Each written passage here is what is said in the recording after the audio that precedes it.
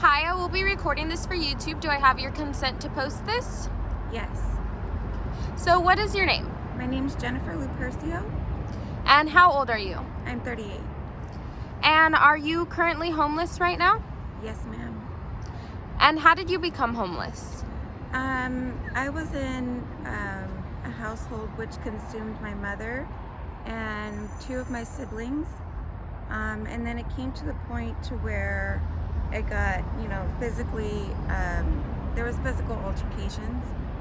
So I decided to seek other residential, housing.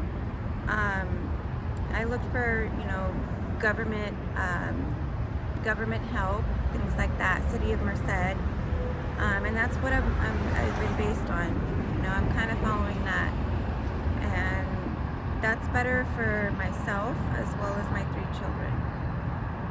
And how long have you been homeless? I would say about a good 3 years. And do you have your children with you today? Not at this time. Where are they at? They're in school and they're also with their father. How would you describe your childhood? My childhood was actually great. I grew up and I stayed academically inclined. I stayed in sports, which helped me keep me off the streets and from doing anything bad or that would ruin my my career or give me any type of criminal background. So that's what I did, as I was growing up. I stayed pretty much academically inclined and into my schoolwork. And did you have both mom and dad? For a while, I did. I had my mother and my father, and then when I turned about 12 to 14, my father separated from us and got a job as a semi-truck driver for the state of California. So you mentioned you have 3 kids. Yes. How old are they? My oldest is 16. He's got cerebral palsy and is currently in a wheelchair. But from me checking up on him and through his school, his recovery is doing good. He's always in physical recovery.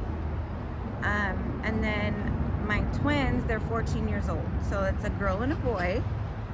And she was born first. They're also doing great. They are at the same high school as their oldest brother. You mentioned you were academically inclined, so I'm assuming you had finished high school? Yes. And did you ever go to college after? Yes, I did. I completed 2 years at Merced College. After you completed those 2 years of college, where did your life take you?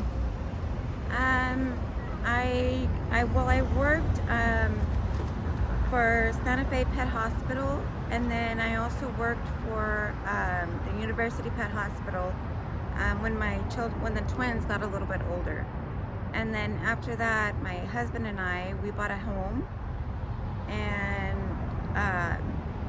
after that, it was kind of up and downhill. Money became an issue. He started doing things that were behind the book, kind of, and that kind of shied me away from our relationship. But as far as our children, as long as they have what they need, I'm okay with that. What has living on the streets taught you these past 3 years? Well, for one, never to get in the drug world. For 2, if you want to get out of, being in a homeless situation, you kind of have to keep to yourself, because there's lots of people who are willing and ready to bring you down, with just one type of drug, and it's very, very easy out here. But as for me, I really put my foot down to that. I do. It's not easy, but like I said, I stay to myself. I really do. Well, because there are some veterans that are here, out on the property as well.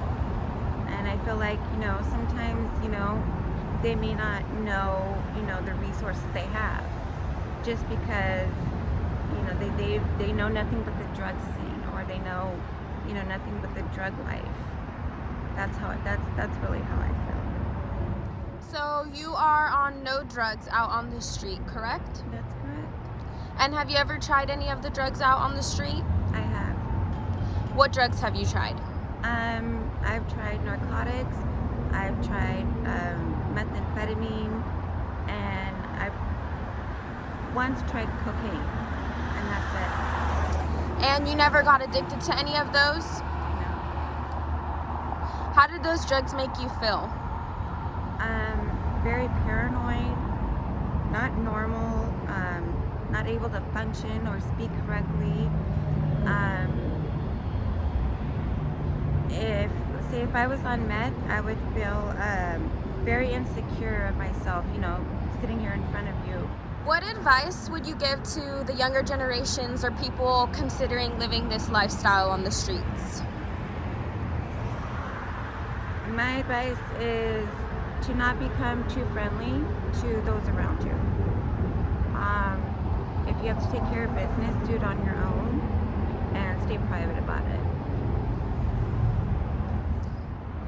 Do you still keep in contact with your family, your mother and father?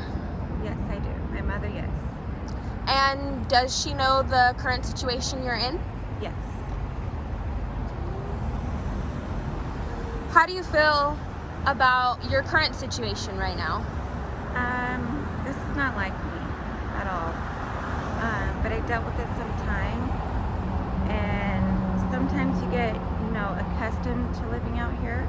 But then there's also like, wait a minute, there's other government programs that, we can go through that will help us.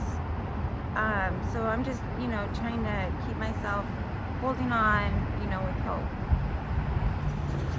What steps are you taking to get yourself off the street? I'm going through a new direction. I've gotten a housing voucher from Merced County, and that's, that qualifies me for a 1-bedroom or a studio. So now, it's just going through the paper process and getting the documents that they need. And can you tell me, has the staff there been helpful towards you? The staff where? At New Direction. Yes, very much so. Do you think it's easy for everybody to access those same resources? If they're willing, if they're really willing to, and if they really want to take a step forward in their life, or in their sobriety, then yes. Yes. I often hear people say it's hard or there's no contact, but some people I come across the street say that it's fairly easy, as you just need to want to do it. That's exactly what it is. You have to have will, and you have to have, that energy, like, okay, God's gonna bless me today. If not today, it's gonna happen sometime soon.